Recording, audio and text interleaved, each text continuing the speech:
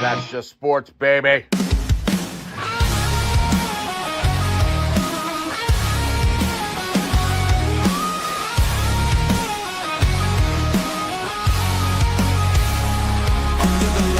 Crowd goes wild, strawberry ice bringing fire and style. Reds, Bengals, Bearcats, all in my zone. This is my stage, my mic, my throne. Boom, like a hammer, I'm breaking the game. Strawberry ice, you're gonna know my name. Sports Talk Thunder, hear the podcast roar. Cincy's line is kicking down the door. Step into the ring where the passion ignites. Talking sports all day and all night. From the field to the court to the roaring stands. Strawberry ice with the world in my hands. Boom, like a hammer, I'm breaking the game. Strawberry ice, you're gonna know my name. Sports Talk Thunder, hear the podcast roar. Cincy's line is kicking down the door.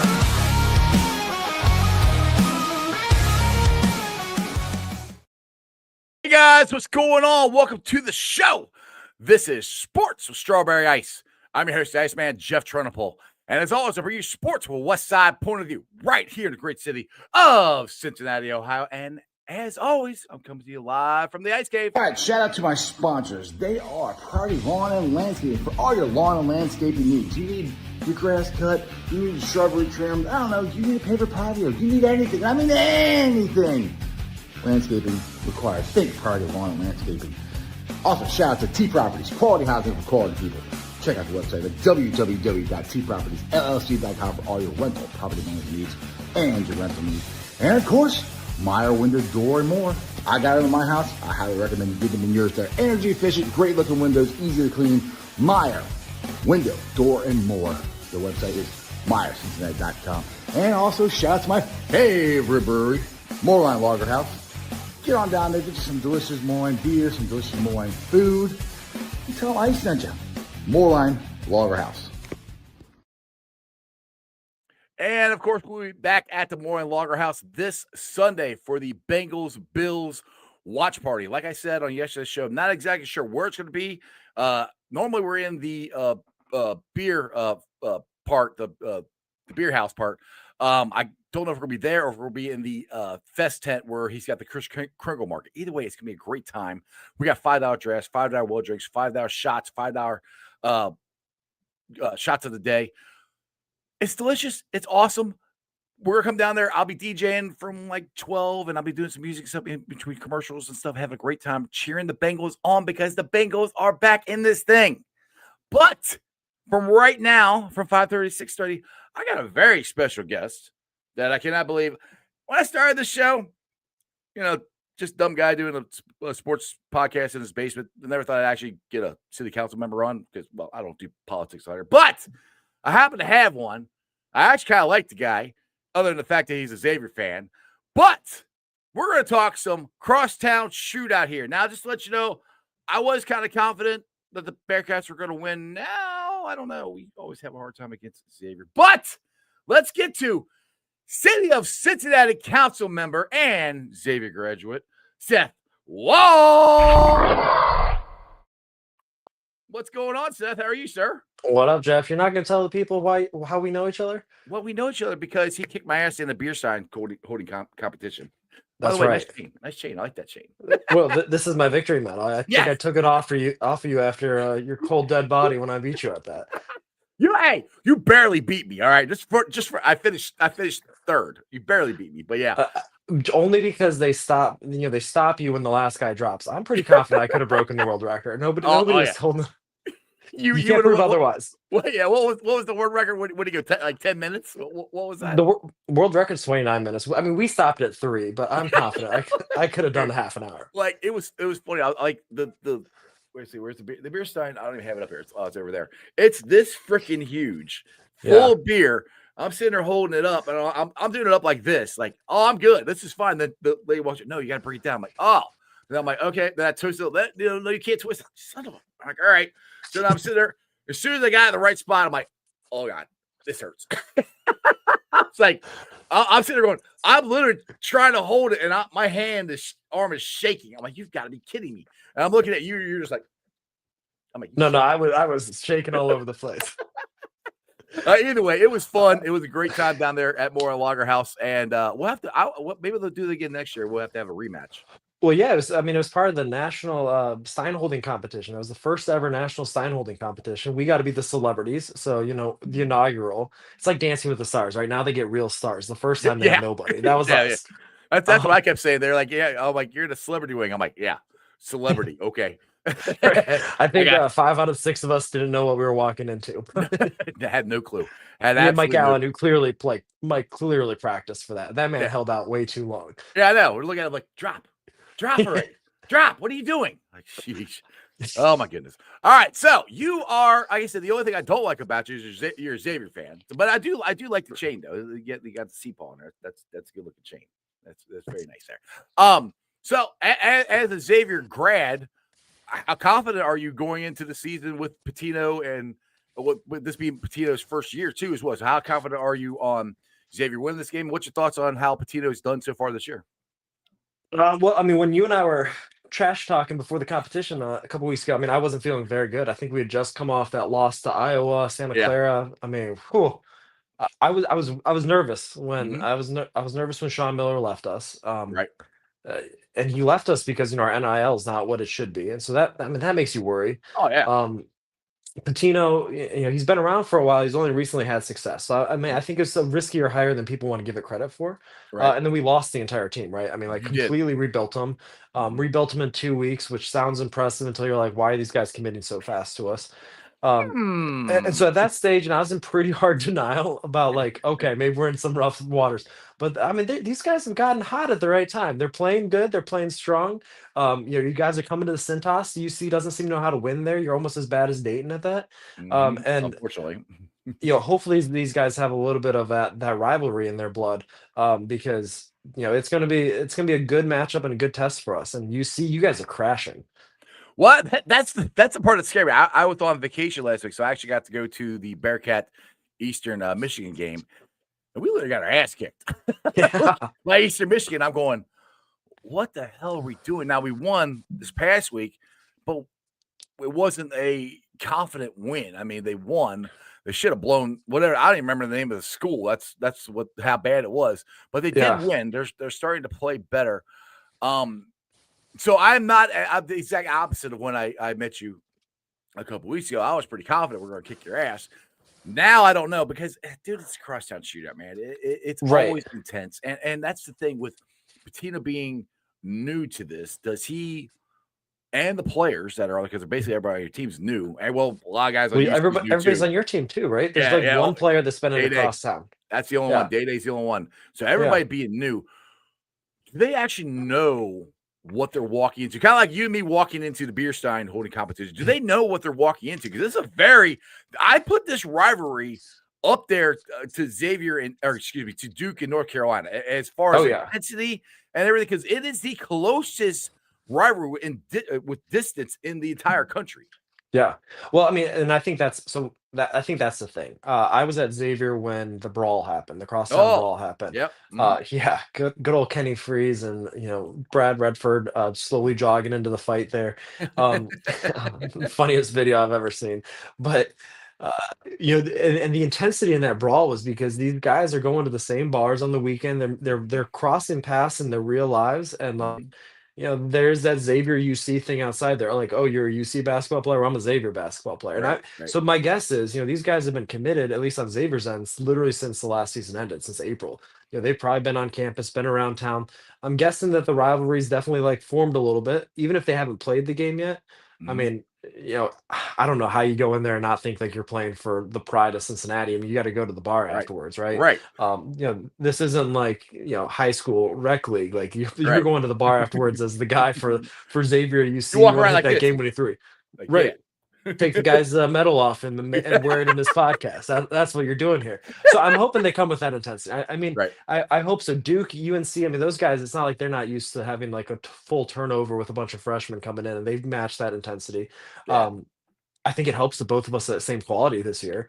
Oh yeah, It'd yeah. be different if UC was like a one overall and Xavier was barely putting our pieces together. But I think that we're going to see a good rivalry matchup. I think Xavier's still going to pull it off. And UC, you guys are going to go back to like, oh no, I mean like next year maybe. Um, I feel like I've heard that for 10 years now. You guys get one lucky game, and Uh, here we are. yeah, I know. And I miss the days of Bob Huggins. I will tell you that. I miss those days. But Well, what? I do this thing at council where I talk about a fun history fact, and so there's a Mhm. police officer that actually like comes in and makes sure that us politicians are safe, who used You to don't play for you don't Xavier. you don't start fighting or anything. You see Xavier fight. Yeah, I mean, kind of politician slaps, right? Uh, but there's a police officer who played for Xavier, and Okay. his first game, his first crosstown shootout was knocking off Bob Huggins' inaugural year Oh on the god. way to Xavier going to the Sweet 16. So I'm glad you brought them up to remind us of what's Yeah, possible for yeah, Xavier. yeah. Dude, you're welcome, Seth. You're welcome. I'm I glad I appreciate it. brought that stuff up for you. But one thing I think we should do a little bet here or something. I All think right. well, how about this? How about which I own nothing Xavier, so I'd have to buy something. If Xavier wins, I have to do my next podcast like wearing a Xavier hat or something, and then you got to post something. Or next time you're oh, I got it. Next time you're getting interviewed, you got to wear a Bearcat hat or something along with the ice chain. You got to have the ice chain too. That's what you got to have. Yeah, yeah, yeah. Okay. Like All like right. when you're in front of city council, you're being all serious and stuff. You're just like, oh, hold on a second, I gotta do something here. You throw the hat on. Well, so I mean, the easy caveat is I'll get myself a radio interview. No one will ever have to see it. But No, it's gotta be a TV. That doesn't count. how about this? Next, if UC wins, which you're not going to, so I can make any bet I want. I'll put a Xavier or UC hat on at the council dais next week. So you guys, Oh, so it'll be everywhere. that's a bet. That's a bet. All right, All sounds right. good. All right, we I got can't wait for the next podcast. You're gonna be wearing so much blue. oh god, I just said a hat. That's all I said. It's a hat. A hat. Okay. No, but you got to match. You got to match, man. I have to go find one. Maybe I don't even know where to buy Xavier stuff at. That they don't Oh, sell I it can every other point you. one. Don't worry, I can point you in the direction. It's all over downtown. All right, My so favorite, my favorite Xavier gear I bought because I was walking home from a happy hour and I was like a little tips, just a little tipsy, and I was like, I really like that, and so I went and bought it. And the next day I was like, why'd I buy this? all right, we got a comment here from my boy Crypt Keeper. He said, "I love last year's game. What was the greatest? The what do you say? Bando party he had against Xavier was legendary. He had like 12 dunks in the first minute. Woo! Let's go Bearcats. There you go. We started out great, All right, I just want to remind him. You see, this is the classic UC thing. Okay, the but entire game comes down to Zach Fremantle, and a they go. center, shooting a 3-point. Like Did you it go guys in or almost not? you almost lost because of our big man shot a 3-pointer. Yeah. And it's Bandego. I know who he's talking about now. I can't like one bad thing about me is reading and comprehension isn't very good on this, and I have to have comments, and I don't read them. But Bandego, yes, yeah, and it was fun. Hopefully we get it back to back. We'll see. So you just tell me a little bit about yourself. Did you a West Side kid, East Side kid? What side of town you from? What school? What high school did you go to? Oh Cincinnati. You man, always got to ask that. oh man, this is gonna make me so many friends. I'm from Michigan. Oh no! Oh, Hold up, time out, okay, time out. okay, okay. My dad went to Ohio State. It's all good. My Yep, my my family's from Springfield, Ohio. ah, I grew up in Michigan, so you can't cheer for Michigan when your dad went to Ohio State. Um, Came down here to go to Xavier. uh, Fell in love with the city. Worked in Sedamsville over by you and yeah, Delhi. yeah. And then I ended up in College Hill. So I worked in College Hill for 7 years doing the redevelopment there along Hamilton Avenue, Okay, and that's cool. how I ended up on city council. I love bringing these things together, and I'm part of the reason I was there and we met at the sign holding competition is one of the things I've really been proud of is um, we created the Cincinnati Sports Authority, Yeah. whose job it is to bring these national events to Cincinnati. The sign holding competition is kind of the first one, and it is literally the first of its kind. But we talk about a new arena, we talk about March Madness, we talk about these opportunities. Um, that's what we're going to bring to Cincinnati, and that's what I'm really excited about because that's how we start changing the game. I mean, that's the next Exactly. level for Cincinnati. It is crazy that Indianapolis gets all these massive I sporting say it all the events. time. Yeah. It's because we haven't invested in it, and so Right. that's one of the things that I love and I'm committed to because I think this is the stuff that matters. I chose to stay in Cincinnati because we got the All-Star game for the back, in 2015, we got that, and Right. so I was like, "I'm staying here." I love that. Yeah. Then we got FC Cincinnati, and then we got a competitive team, and, the Bengals, the Super Bowl run, one of the most fun experiences of my life. I'm a Packers fan, but so fun. Um, we almost played each other that year. That would've been really rough for me, I'll be honest. Um, That but would be yeah, interesting. so yeah, I mean that's what I spend a lot of my time and energy on is like how do we bring these really cool, fun events to the city of Cincinnati because that's what's going to transform us to the next level. Yeah, and now we got the renovation of the convention center, which is going to be a huge part of getting. Look, I've said this before. I've talked about this on my show. The convention center gets getting that bigger and more modernized. And I said, I've said this in the Indy gets all kinds of stuff, and they got it set up perfectly. And if you guys were talking about getting a new indoor arena, hopefully eventually, which I would love to get. I know some of the things they're talking about putting it over by TQL or by the convention center, which I think that would be the best spot to put it because, like you just said, we have Final Four stuff like that, and the convention center is right there. That's Mhm. my opinion. That's the place to put it. Which I think you have to move 75 over, and it's a whole big thing. But Well, yeah, I mean, they are working on moving 75. Like that's going to uh-huh, happen. There's going to be land there. It's just a matter of how patient do we want to be, and right. how we put that money together. I mean, have you been up to the convention center since they opened up that plaza in front of it? I have not. I need to make Uh, it down there. I have not yet. you gotta check it out, man. It's really cool. I mean, that's like the type of things for the future of Cincinnati. You guys, Right. you go out there, you check it out. You're like, this is right here in Cincinnati. Like this is Yeah. really cool. That's where they got So the yeah, ice skating rink down there, right? That's what you're talking about, yep. And the ice skating, it's not like just a big circle like a hockey rink. right? It's like got trees in it. It's really cool. And they've got music playing all the time. And what they did at Fountain Square is pretty cool. So this is the stuff that we have to think about. And you think about the fact that all that plus now drop on there March Madness or Hmm. the Frozen Four or whatever. Exactly. Host something from the Big Ten championships here. Your team stays, you stay another night, and then you go out and you explore the city. You fall in love with the city. Exactly. You move here, and then we get more money to be able to do cool things in the city. Yeah, exactly. And hey, if we ever get another indoor arena, maybe we can get an NHL team or a hockey team because I know a couple years ago, I'm a hockey fan. My son grew up playing hockey.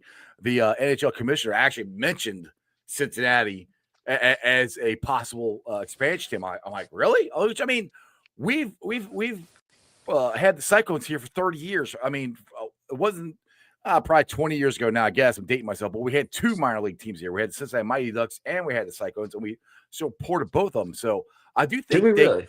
yeah, and with Huh. with the success of FC Cincinnati, I do think this city is big enough to have another professional team eventually. But either way, if you could just get more events, like I don't. There's talk about, or there had been talk about somebody a couple years ago trying to get the Super Bowl here, which they do cold weather Super Bowls. It's very, very, very rare. I'd be surprised if that happens. But those are the events. Like for me, the one would be cool to get would be I actually think could happen would be the NFL draft. Now that would be awesome to have here, if you had the convention center and everything, and having them draft like down there by the banks in front of the Red Stadium or something like that. That I think would be awesome. I hope we get the NFL draft here sometime. Well, I mean, that's literally what the sports commission exists to go out there, find those events, make them happen. I mean, that's Mhm. one of the first ones I tasked them with. Was like, hey, that would be awesome if we could get that here. Green Bay just hosted it. Like, Cleveland just got it. Cleveland uh, sucks. well, I mean, well, that's just a give me. You don't need to like that's you're repeating yourself. Yeah. But yeah, absolutely. And then I'm curious on the hockey side. So I was actually debating this earlier today. Do you think Cincinnati would support an NHL hockey team? I mean, I think they would, but the thing is what FC did so well is they won Yeah. early. Well, That's they the had 3 years thing. of misery. Yeah, they did, but they turned it around pretty quick. And I was surprised at how popular soccer was. Now, well, yes, Mhm. I do think that they would support it because, like I said, if you go to Cyclones game, they had that lower bowl pretty filled up most nights. It's not, and it's a minor league team, he's ECHL, and I know the ticket prices are cheaper and stuff. But yeah, I do think marketing wise and everything would be great. Look, I already got the name for them. I call them the Cincinnati Steamboats, and I would have them. I'd wrap in all the colors. I make them red, black, white, and orange. So that's all the colors right Oh, there. do you know that Pittsburgh is the only city in the nation with multiple sports teams and they all have the same colors? Yeah, I know that's I love hate that. I hate that because they did it, but I love it. I think it's pretty damn Right. cool. I I, wish, but the problem with Cincinnati is like we can't make everything red. why not?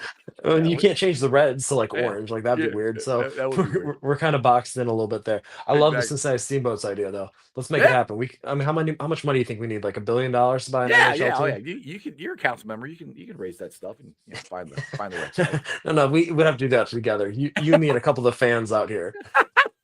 Right. But I mean, the whole arena thing in general is great because the Coliseum is, I still call it the Coliseum, but the whatever they call it now, I don't remember. It's nice, but it's dated. And one thing Mhm. I thought of too is if we get a new arena there, if they could they tear down the old Coliseum and you could make that. It's not my idea. My buddy Joe thought of this. Make that like Reds land or Redsville or something, because they have something like that similar in St. Louis. It would be on the walls of GABP, where it'd be bars, restaurants, stuff like that, and it's all kind of baseball themed. That would be kind of something cool we could do. I mean, that was a big way that Atlanta was able to build up Right. around the Braves and make the Mhm. Braves profitable, so they could afford to get players and win a World Series there a few years ago.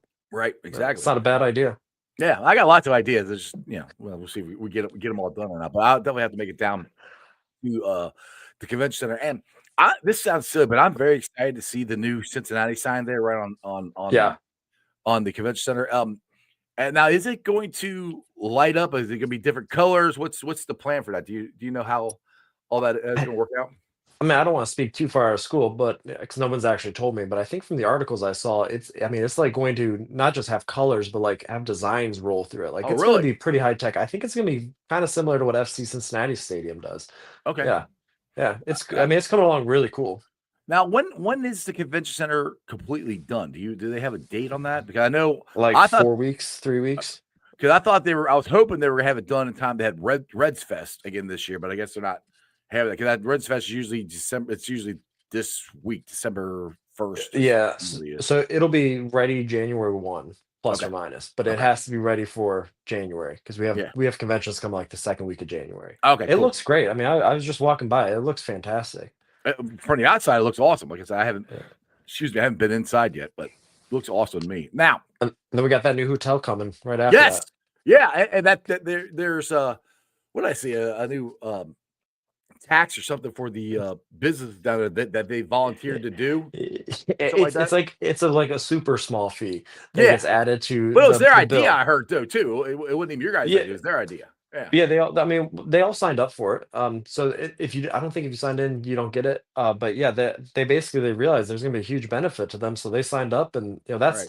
that's the thing. Who's gonna be going there primarily? It's gonna be the people in the hotel visiting Cincinnati. They're not gonna pay Right. it. They're not gonna worry about that Right. extra percent. Yeah, exactly. And shout out to Brad. He said Reds Fest will be January 15th. So there you go. And Oh, speaking of the Reds, hopefully, well, how great would this be? Is Reds Fest? That's when they can introduce Kyle Schwarber as the newest Cincinnati Red.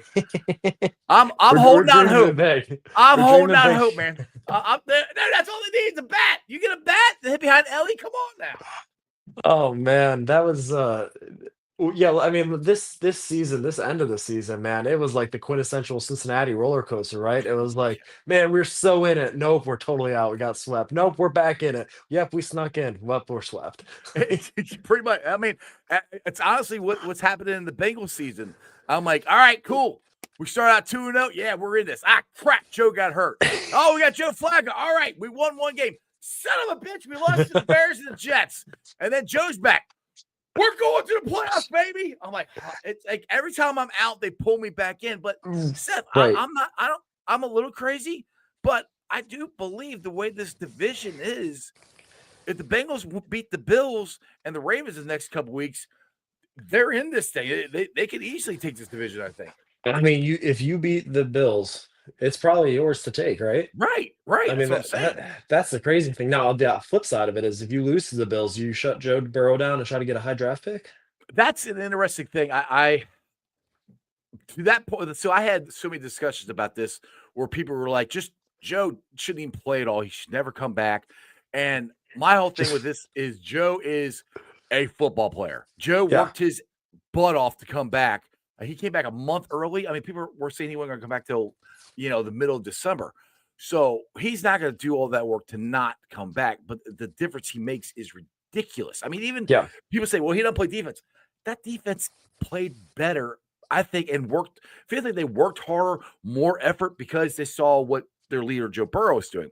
Now, if we lose this game, I don't know if I immediately shut him down, but I might not start him for every game because what's the point?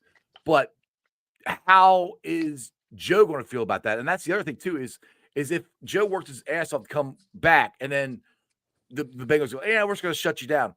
What's that tell Joe Burrow? Why would I work that hard to not play? So it's an interesting thing. I hope they win, so we don't have to worry about that. Well, I mean, I hope they win too. I mean, when the Bengals are winning, the city is buzzing. Awesome. But man, it would be the worst case scenario that you guys finish, 8-9. You're just out of the playoffs, and so now you get the 17th overall draft pick or whatever. It's like you can't even fix your defense or whatever you think the problem is. Have you ever heard of the book The Captain's Class? What's that? Oh man, you should check this out. It's all about Joe Burrow. Oh yeah, It's this guy who he wanted to understand leadership, and so he really wanted to understand what made the greatest teams in the history of the world the greatest teams. And so okay, he searches like all these random sports, and he finds 6 or 7 teams that he says like they're the greatest for their generation, and he okay, finds that they are the greatest because it began and ended with their captain becoming the captain. right, And then he says like what are the traits for it, and it is so fascinating because if you read it, I read it right when the debate was about Tom Brady, Bill Belichick, and he goes to the Buccaneers, Mhm. and the book basically says it's Brady, and then sure Oh enough yeah, he goes and wins the Super Bowl. Brady. And some of the things it says is like they're not necessarily the most athletically gifted player, and, Right, and Joe didn't start all 4 years in college, right? He's not the most athletically right, gifted, Mhm. but they're going to work hard. They're going to probably be the smartest player out there, and they use their emotions to get the other players up or down from where they need to be. And it tells this really great story of this women's volleyball team that had won like 2 or 3 gold medals back to back, so every 4 years. So they got to the point that they were aging out, taking on this young up and coming team. They were down 2 sets to nothing, and the captain realizes they're going to lose. So she just creates an arbitrary fight with the headline ref, gets evicted from the game, ejected from the game, and the rest of the team is like, "No, don't mess with our captain." And they all rose, they raise to Yeah, the level, win the game, win the gold right. medal. And it points out like Michael Jordan was the Mhm. captain from the time he was The drafted, the basically. goat, Michael Jeffrey Jordan is the goat. Just pointing that out. Go Yes, ahead. but he didn't become the GOAT until Right. they signed a center, a Mhm, backup center, who became the co-captain with him and mhm, could mhm, take the load of being the captain. mhm. And so when I watch Joe Burrow, like everyone's like, Joe Burrow can't fix a defense. Yes, he can because his leadership fixed that defense. Um, Exactly. and and that is amazing. And I don't think he's made of glass. I think he's just the most unlucky person in the Yeah, world. I mean, that hand injury is like a freak injury, a that's what I turf said. toe that's a freak injury. Like Mhm. it's not like he's torn his ACL 3 times. It's like Right. that's just unlucky. You string together a couple of solid seasons with him, his leadership is going to win us some Super Bowls. Yeah, exactly. I mean, he said it a couple years ago. He said that our Super Bowl window is open my entire career, and I agree with him. And the thing is, like I hated the way the defense was playing. I wanted them to do a youth move, but I didn't necessarily want them to do it all at once, which is what they've Yeah. done this year.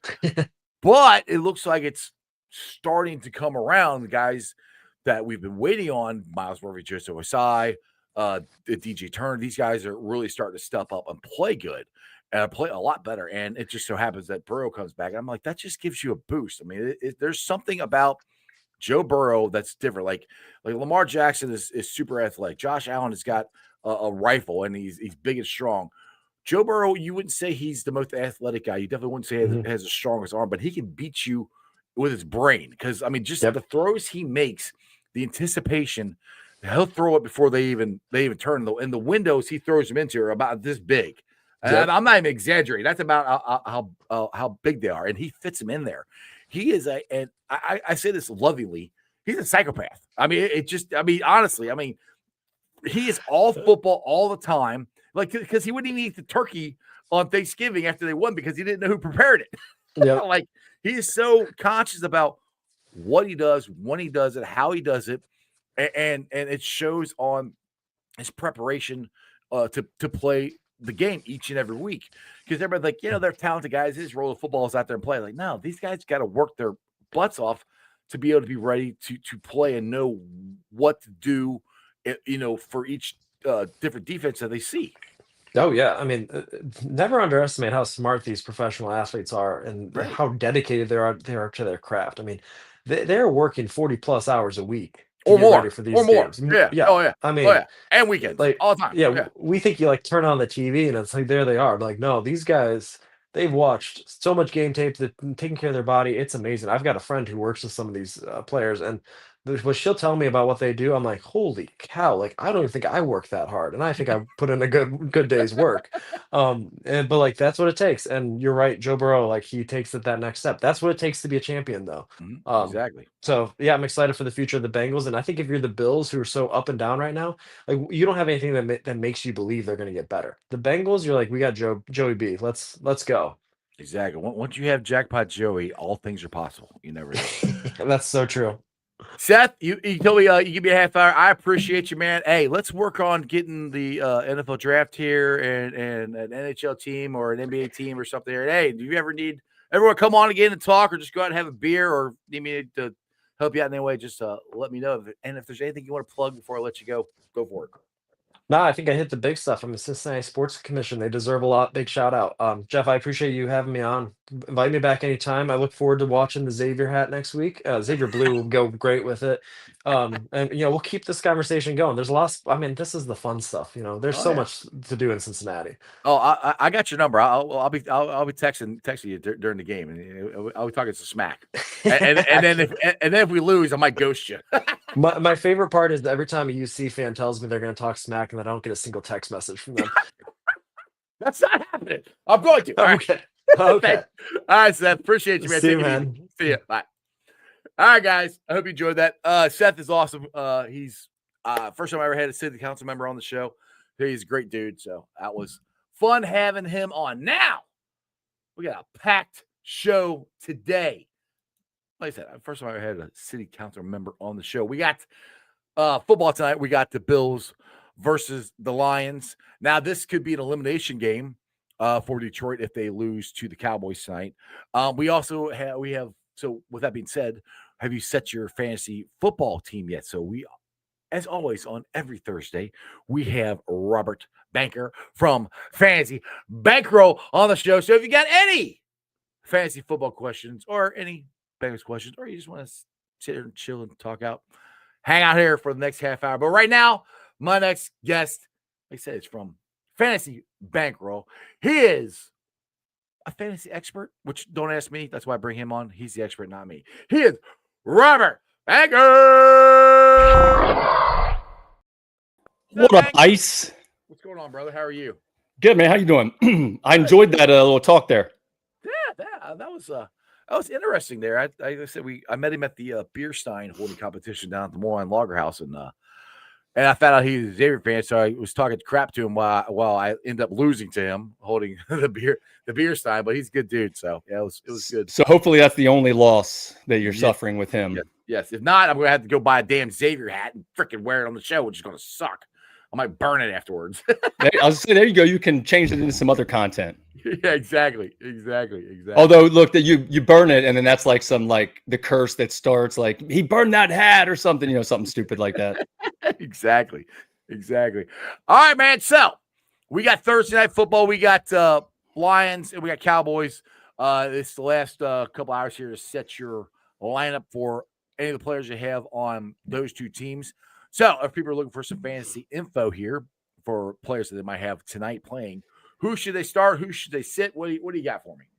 For tonight's game, honestly, if you've got anybody in tonight's game, I would play him because both the teams are pretty bad fantasy-wise as far as what they're allowing to most. Other than Javonte Williams, the Lions D has been pretty good against opposing running backs this season. So I think they're second right now in the league as far as fantasy points allowed to the running back position. So that might be the one, and it might just be a shootout anyway. Amon-Ra St. Brown's probably going to be out. So, and I just would think Jameson Williams and Jahmyr Gibbs is probably going to get more run as a receiver. Not that he gets plenty anyway, but both the Cowboys and Lions are the bottom two teams against opposing wide receivers. So there should be Dak and Jared Goff should have plenty of room to operate tonight as far as to their receivers. And whoever they want to throw the ball to, really. And same thing with quarterbacks. Both teams are pretty bad. They're both bottom 5 against quarterbacks. Cowboys are the worst against quarterbacks. So if you got Jared Goff, you want to get him starting tonight for sure. And Dak Prescott, I mean, he's pretty much a start every week anyway too.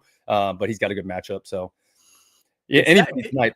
In your opinion, is Dak? Well, I don't even think this is an opinion. I think it's fact. He's an MVP candidate. I think Dak, the way he's playing this year for the Cowboys. Yeah, he's playing. It's tough because he's always one of them guys too, and you always expect the quarterbacks to have like just all these just crazy highlights and stuff, right? And he's performing extremely well. It just seems like he's almost just performing above average so well that like it's accumulated to where the numbers are really high, and you look at it and you're like, wow, he's top 5 in this, he's top 3 in this, he's top 5 in this. Yeah, it's just. I think it always comes down to, I think with quarterback, same thing with Joe Burrow last year, right? Is if they don't end up doing something, then it's just going to get glossed over. It's like, exactly. Oh, Dak had a good year, but he didn't do enough. Right. Well, I mean, honestly, you may talked about this. If the Bengals made the playoffs last year, Burrow was winning the MVP. He should have. He had the best year last year. And that's the crazy thing is some of the conversations and comments I've had on this show. And on different reels and Twitter and stuff like that, when Joe was coming back, people are like, "Oh, they should keep Flacco in there. Flacco's playing just as good as Joe." I'm like, as good as Burrow. I'm like, did you forget about what Burrow did last year? I mean, he had one of the greatest seasons in NFL history, and it sucks. It's just going to get glossed over. Nobody's really going to ever remember because of what happened to this, the season there. But can he do it again? Can the Bengals pull this thing off? I think they can. I think the Steelers losing on Sunday, open the gates. It is wide open for the Bengals to go straight through those things. And we've seen them win 5 and 6 in a row before. This did last year. What's your thoughts Sunday's game and moving forward? Do you think the Bengals win Sunday and they got a shot at doing this thing? Yeah, I think they definitely have a shot. I mean, we, like you said, right? We know what Burrow can do. I'd never put anything against him. And he looked really good coming back, he looked like he didn't miss any time. Like he was, he kind of warmed up a little bit. And he's a little rusty. Yeah, I mean, second half, boom. He always seems to not want to say like he doesn't ever really like. There's not many games that he's kind of just blown out of the gate. Maybe a couple Baltimore games here and there, but yeah, okay, a little rusty, but. Shit, I'd take that. What he did last week every week. So absolutely, the throw to Yoshi is next level. That's the next level throw. It's ridiculous, like how there's not as many people talking about that. I've seen a few like cut ups on it where people are like, "That's a dime," and it was a dime. But everything that happened with it, and people calling out Pirine for that amazing cross line block. Yep. Oh, it was beautiful, dude. And the throw is just. It reminds me of that throw that he made to Uzama in the playoffs. Against the Raiders, where he just dimed it right over the linebacker running up the seam on the Tampa 2 coverage. And I don't remember who it was, but it was, for the Raiders, just over like it literally like almost touches his shoulder and Uzama catches it. It was so beautiful, man. So, but yeah, getting back to it, I think they can definitely make the run. I think this week is the week, right? That is the big week for them. The Bills are struggling, if you want to call it that. They're still got a good record and everything. And obviously the Patriots in their division are doing a lot better than anybody thought. But the Bills they still got a good record, and they're still probably the best team that the Bengals are going to face. So if they pull it out on the road against just that tough competition, and where they're weakest at too, well, second weakest obviously tight ends, but against running backs. So if they can stop Cook and as funny as it sounds, make the MVP beat you, then I think they have the best shot this week. And then I think they really get on. I think they could really get on a roll, honestly. Yeah, because you got the Ratbirds the week after that, and we already beat them there. I have, like I said, this is my vampire hour, so I haven't actually got to check this out. But do you know if T was limited or full in practice today? Have you seen anything on that? I didn't double check, but I saw that he was full, and okay. So I'm hoping that's good stuff. So, yeah, can we get him back this week too? That would be huge because we get T back this week. We got Joe back. This would be the healthiest the Bengals have been in a while. So this bodes well going into that game. Now with the weather situation. Sorry, I just checked. He was full today. He was full. Okay, good. So there, T was full go in practice today. Now with the weather situation in Buffalo, it kind of gives me warm, fuzzy feelings. A snow game in Buffalo. The Bengals going there in their white uniforms, and oh my goodness, they can't see them because all you see is the orange helmets. Well, I'm not trying to be overconfident. I don't. It's gonna be tough to go in there and beat them, but Josh Allen's got nobody to throw the ball to. Now I know with snow like that, they might not throw it that much. They're going to try to run the ball down our throats like they did versus Steelers. And the Bengals' run game has been a run defense this year has not been good. It is improving. It's gotten better the last couple of weeks.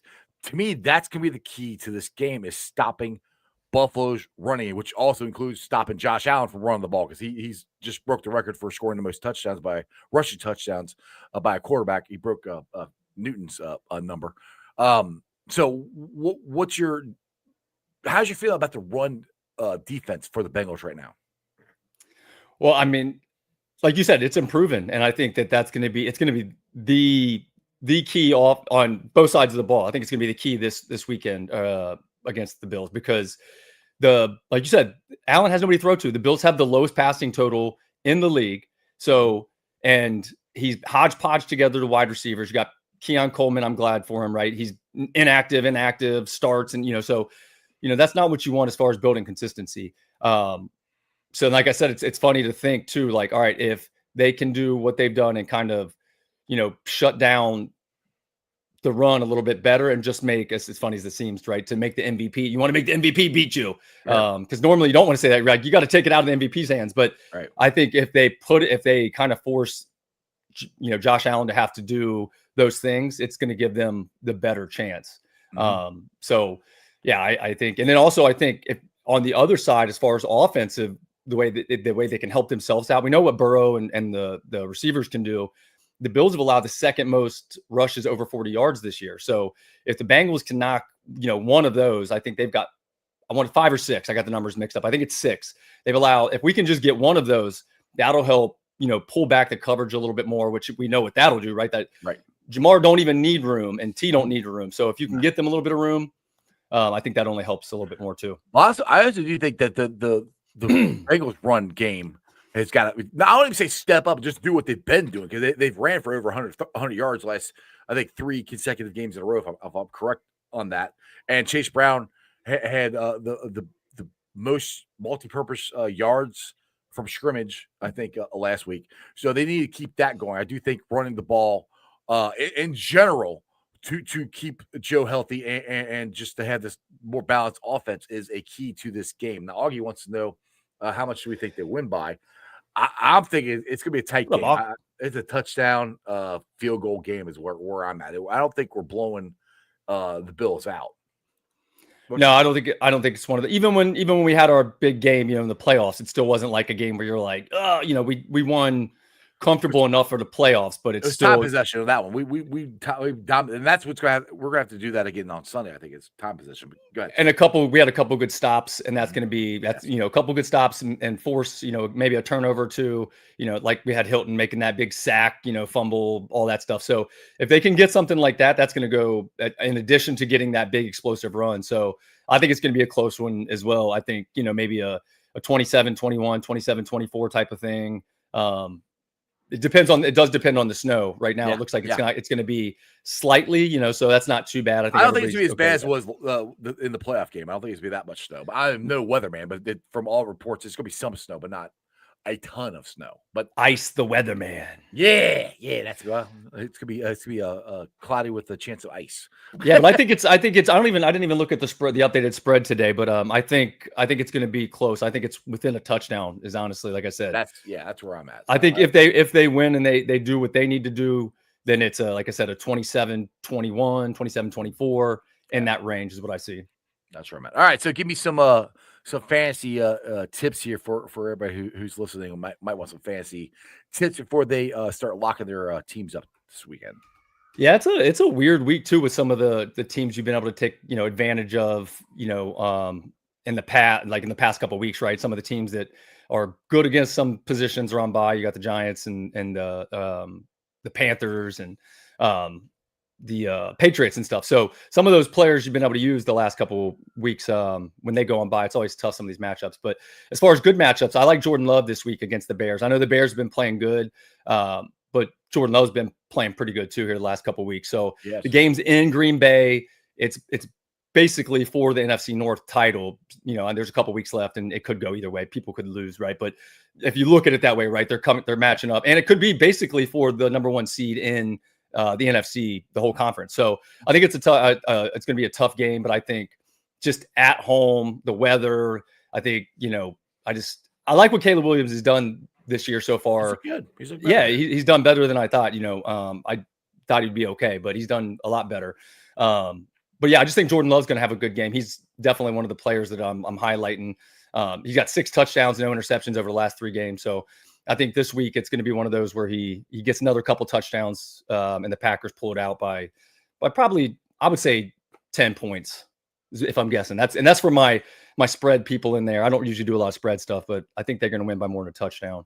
I highlighted it on my list this week. I got both the players we already talked about, right, as far as running backs. If you've got Cook or Brown, I like we said, both the matchups are good. Brown's been, other than if you take out the first 3 weeks of the season, Brown's averaging over 5 yards per carry. So those first 3 weeks were a little rough, with the injuries and all that stuff he kind of started off slow, but you take those out and obviously we just talked about, right, he's all-purpose yardage. He's catching the ball again. So I like his matchup, and we know the Bengals D, it's playing better, but if you have Cook, I definitely would, he's almost a must start every week anyway. So, and going with Love, as far as looking at receivers, I like Christian Watson, or it could be Romeo Doubs, but I like Watson this week. I like the matchup with Watson in the Bears corner. So he's been doing a lot better since he came back too. It took him a couple weeks, similar, not that Brown was coming back from injury, but Watson took a couple weeks to get back into the swing of things after his injury, but he's been kind of clicking the last couple weeks here. Over the last 3 games, he's got 3 touchdowns. So, and then as much as I've kind of dumped on Mark Andrews this year too, because he started out the season real slow, and obviously we've talked about how the Ravens offense isn't what it was last year. He did just sign I don't know if you saw that, signed a 3-year contract today, which blew me away, honestly. I thought for sure they were going to let him go. They got Likely. I was like, hey, Likely. Well, I mean, that's the 2 tight ends are all they got to throw to. So I mean, they had Zay Flowers, but Lamar. But do you think? I just don't think. I think Likely has to have thought the process, right, of like, I'm taking that step and I'm going to be the number one here. Right. Now you've got a question, right? Like, am I waiting 2, maybe 3 years for that role to expand? And he's a free agent this year too. So I know I've already seen a lot of people going, come to the Bengals and play with Burrow. But who else did I see? Kyle Pitts is another free agent too. So he's one that I don't think Atlanta has ever fully taken advantage of him. He was a dog in college, and he is never. Because I mean, honestly, there were people that I had debates with that would say they would take Kyle Pitts over Jamar Chase, and I'm like, y'all are freaking crazy. I would have taken Jamar Chase, and this is before we even drafted him. I was a Jamar Chase fan. I thought Kyle Pitts was going to be good. I thought he's going to be an all-pro tight end, and he's not. He hasn't been. They were close to what I thought he was going to be. No, I'm glad he was as good as he was in college, and he made the Falcons think that, so that we got Jamar Chase. Right, exactly. Thank you so much. Thank you very much. Rick the Rock. Haven't seen you in a while. What's going on, Rick? Doesn't he look like the Rock? See that picture there? It does look like the Rock. Exactly. That's why I was calling Rick the Rock. What's the latest on Hendrickson? He said, hope he's not out for the season. I doubt he. I don't think he practiced today. I know he didn't practice the other day. I can see Rob going to look it up here real quick for me.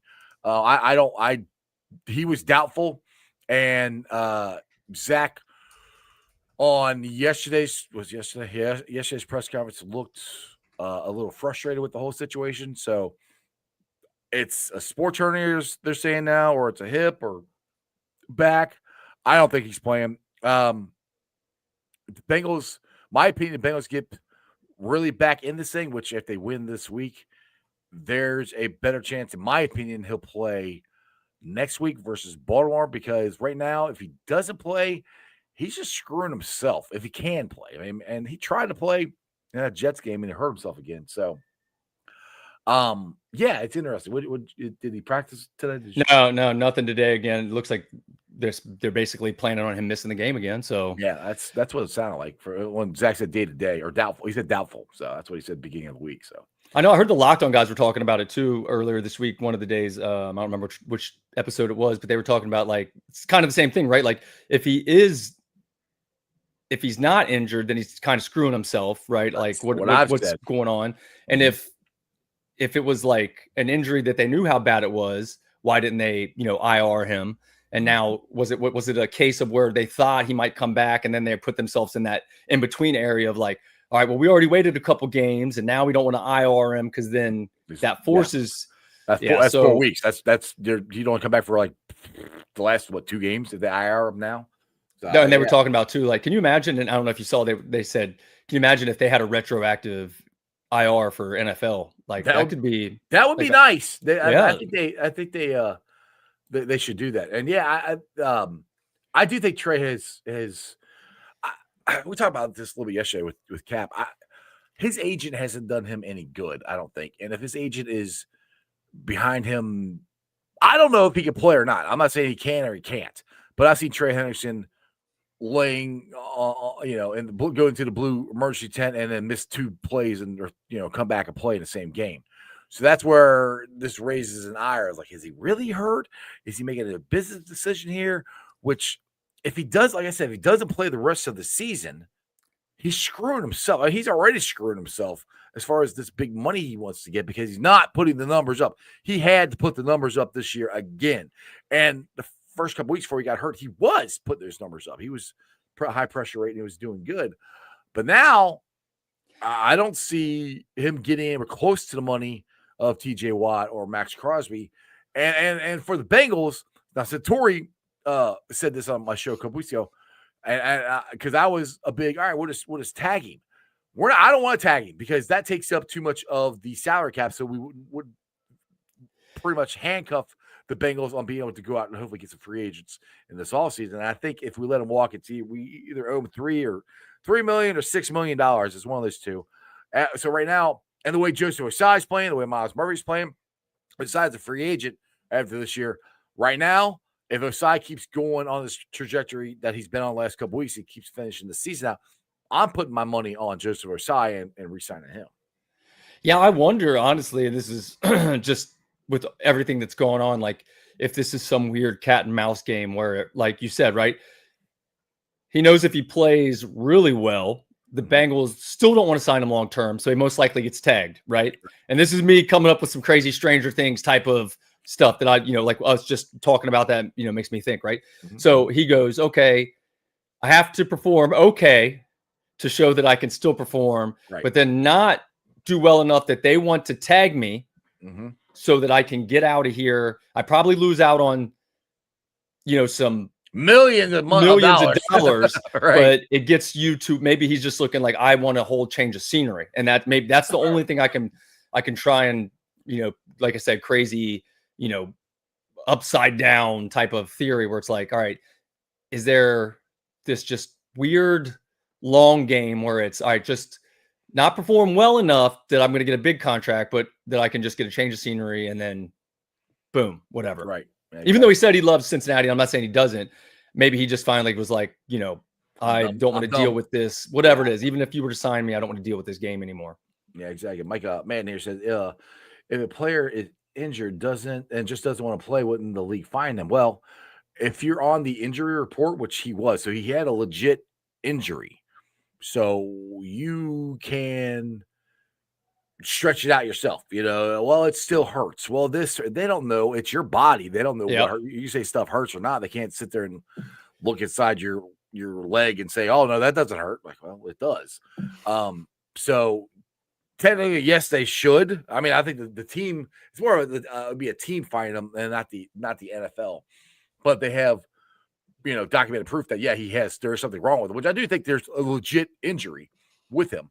I just don't know. I have no idea how bad it is. I just know I've seen Trey go out there and he's been a dog and goes out there and plays no matter what. But also, to me, it's also been kind of a blessing in disguise because Miles Murphy and Joseph Osai be getting way more snaps. They're getting way more snaps than they would have gotten, and I think they've developed a lot faster too. So again, Trey might be screwing himself. The Bengals like, all right, well, I guess we don't need you because we got Osai and Murphy that are playing really well. Now, I'm saying we got to see how Osai and Murphy do the rest of the season. This is not saying that we are good, we are straight, but that's kind of where they're at. And I think Trey's in a bad spot. Where Trey screwed up and his agent screwed up when they signed that contract extension a couple years ago. That's where they screwed up. That's what set this whole thing in motion, and it completely gave all the leverage to the Bengals. That screwed this whole thing up for them. Yeah, they lost all that. And then there was something, I don't do the cap stuff, but something with that void year they added, which helps us be able to do the cap, or to be able to do the tag if we want to again next year, and not have the huge increase. So basically almost any way that contract extension could have screwed him, it has. Right, exactly. All right, we got about 5 minutes left here. Do some Bulls, bearing, something, what do you got? Got some special stuff for fantasy this week that you want to put out there for everybody? Before we we could talk about some of the good players, like I said, to Caleb Williams. Playoffs are about to start too, so or they might have already started for some leagues too. So it's getting to that time. So if you got a bye week, it's one of those weird weeks. If you got a bye week, if you're trying to get into the playoffs, those matchups, are going to be very important. And like I said, it is a weird week with some of the matchups too. There's not some of the easy matchups to look at. So let's see. We talked about some of the good players this week. There's some tough matchups for some of the tight ends. Harold Fannin, I think he's got a tough matchup. The Titans have been pretty good he's been one of the top tight ends. One of the only bright spots for the Browns this year, other than Quinshon Judkins, who actually you got a lock of the week, a guy who, of all us fails, play him because you're almost, I'm not going to say you're guaranteeing, but that's a guy that you would put some money down on to get you some points this week. Yeah, honestly, the player that I like the most, and like I said, it's already kind of just more on matchup, and it's not like his matchup is that much better. Like where we're talking right, Cook against the Bengals, the Bengals D has been so bad like this. It's Love. I think Love has just been playing so well, and I think the matchup at home for them, with all his weapons coming back, Josh Jacobs, everybody's basically back besides Kraft. Obviously, you'd like to have Kraft, but yeah, he's got all his wide receiver weapons. I wish the Bengals would have drafted him. Oh my! How many over the last 5 to 6 years tight ends has draft people, just 5. Fans? There's so many that we've passed on that were like, oh my gosh, dude, it's just been. And I think the Packers got a couple of them. Yeah, I know all their names, and every time I hear them on our team making plays, I'm like, damn it, I wish we would have drafted. Yeah, Kraft was a big one though. But so as far as lock of the week, I like Love this week. So I think he's just like I said, he's gonna have a big week. So I don't normally like to do locks just because I don't know. Like I said, that's what we were talking about the other week. I always like to try and highlight, because I could always pick out, no offense to Jacoby Brissett or something, because I looked at him this week too. But I try to look more at the people I think are getting played by fantasy rosters, right? Because a lot of these players they're not even getting started, right? You're not playing Geno Smith or, some people are playing Jacoby Brissett because he's been throwing 1,000 times a freaking game. But I'm trying to usually look at people. That's why I said some of the times the players, and I've talked about it on my show, where I'm like, just because I put somebody on my bullish list or my bearish list doesn't mean that I think they're necessarily going to drop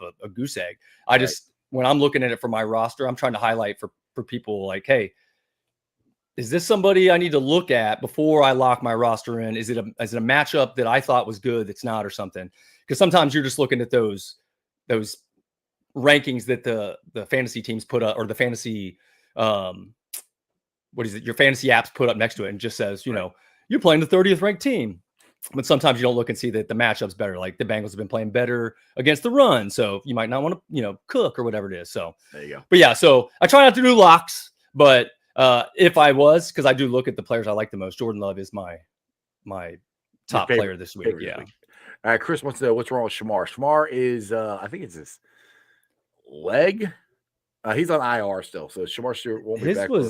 He's on IR till he's got one more week, right? One or 2 more weeks, I think, is what Shamar's got. His was weird, wasn't it? Because it was like a back, and then it was a knee. Yeah, they put him on for knee. Yeah, knee. All right, there you go. So everybody asks what's up with him. It's his knee, and he's got what, 2 more weeks or 1 more week? Did it say? No, let's see. When did they put him on? Let's see. I- 2 more I- weeks. 2 more weeks. There you go. All right, so hopefully we'll get Shamar back and he'll make impact here. With that being said, we are I'm an hour into this. I know I was kind of shorted this week with me having a city council member on there, but do me a favor and plug some stuff. What you got come out with fantasy bankroll this week, and anything else you want to talk about? Don't forget, too, because me and Ice were talking about this for Christmas. We've got the Sports with Strawberry Ice gear on the Bengals on the Brain website. For a lot of you know, I run do the Bengals on the Brain website. Joe Goodberry does the show. He's the main man with all the knowledge. Exactly. But the Bengals on the Brain website with all the Bengals on the Brain shirts, hats, and all that stuff. We have our section, our Sports with Strawberry Ice section. So I got some stuff coming so Ice can showcase. He can model for you guys next week, but or for Christmas when they come. But go check that stuff out. So go check out Bengals on the Brain.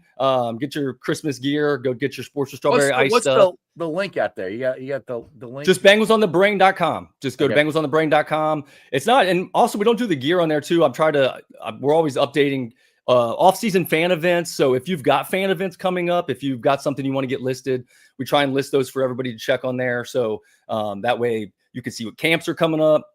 Jackpot Joey golf tournament, whatever it might be, draft parties. I try and get them all listed. So I work with a lot of the big people who are doing all the events, and we try and get them listed on there. So if you got something you want on there, if you do a podcast you want on there, send it my way. I'll get it listed for you. Do a YouTube show. We're trying to just make it a tool for all Bengals fans. So that's Bengals on the Brain. So go check that out. And then Fantasy Bankroll. Yep, like we've been talking about. That's the fantasy show on YouTube. I did miss last week because I had a lot going on with Thanksgiving and my son's birthday and some family stuff going on. But we're back this week. I'll have my bearish and bullish list up, and then we'll be talking playoffs and all that stuff too. So shoot me your roster questions, any playoff questions you have. And if you want to shoot them on DM on Twitter, if you don't want to do it on YouTube or anything, as you can see right there, Robert_Banker. Yeah, we're gonna have some cool. We're talking today. We're gonna have some cool Strawberry Ice stuff other than just my logo. We're gonna have some different shirts and stuff coming out. So like kind of like the shirt he's wearing now. I got the old school, yeah, old school. Like welcome to the jungle. Yep. So we're gonna have some cool stuff out there. If you guys are interested in buying any of it, check it out there at Bengals on the Brain. Robert, as always, brother, I appreciate you. We'll do this next Thursday, and I promise that I'll give you the whole hour, long as Seth doesn't want to come on again. Hey, man, we'll fit in where we can. We'll always talk football. There you go, brother. All right, man. Who that, brother? See ya.